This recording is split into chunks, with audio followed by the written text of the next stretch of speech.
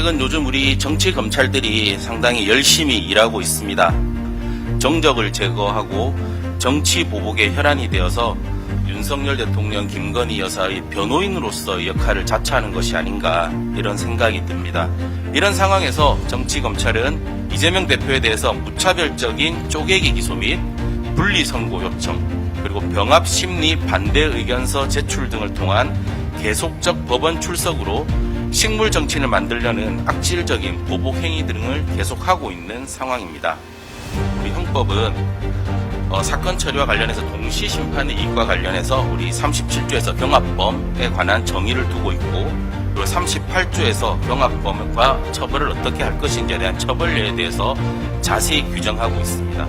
그리고 이제 39조에서 판결을 받지 아니한 경합범과 수개의 판결과 경합범, 형의 집행과 경합범에 대해서 규정을 하면서 경합범 중에서 판결을 받지 아니한 죄가 있는 때에는 그 죄와 판결이 확정된 죄를 동시에 판결할 경우와 형평을 고려하여 그 죄에 대하여 형을 선고한다.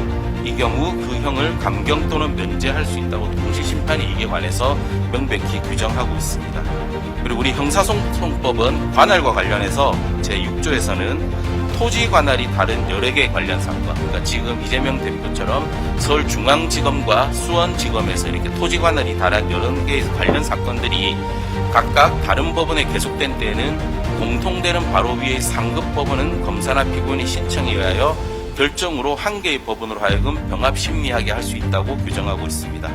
그리고 제10조에서는 사물관할, 합의부 단독 사건과 같이 사물관할을 달리하는 수개의 관련 사건이 각각 법원 합의부와 단독 판사에게 계속된 때에는 합의부는 결정으로 단독 판사에 속한 사건을 병합하여 심리할 수 있다고 규정하고 있습니다. 이와 같이 검찰의 쪼개기 기소와 분리선고 요청들은 명백한 공소권의 남용에 해당한다고 볼 수 있습니다.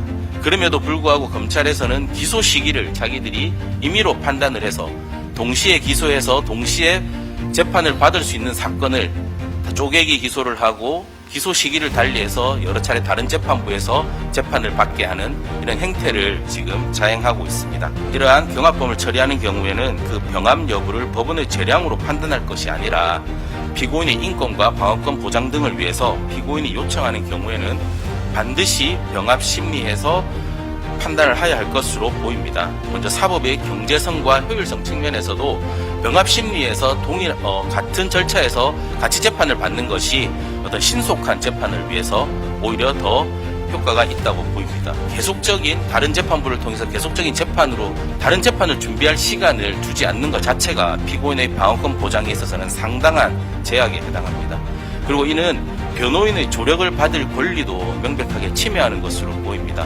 또 이재명 대표님 같은 경우에는 당을 이끌고 민생을 책임져야 되는 그런 큰 역할을 하셔야 되는데도 불구하고 이런 계속적인 법원 출석에 의해서 그런 역할을 못할 수가 있습니다. 이러한 점들을 봤을 때 우리 그 법원의 병합 심리 기각 결정에 대해서는 상당히 좀 유감스러운 결정이라는 말씀을 드리고, 또 검찰의 그 쪼개기 기소 그리고 기소 시기의 선택에 의해서 여러 사건을 분리 기소한 부분들에 대해서도 명백한 공소권 남용에 해당해서 위법한 처분이라는 생각이 듭니다.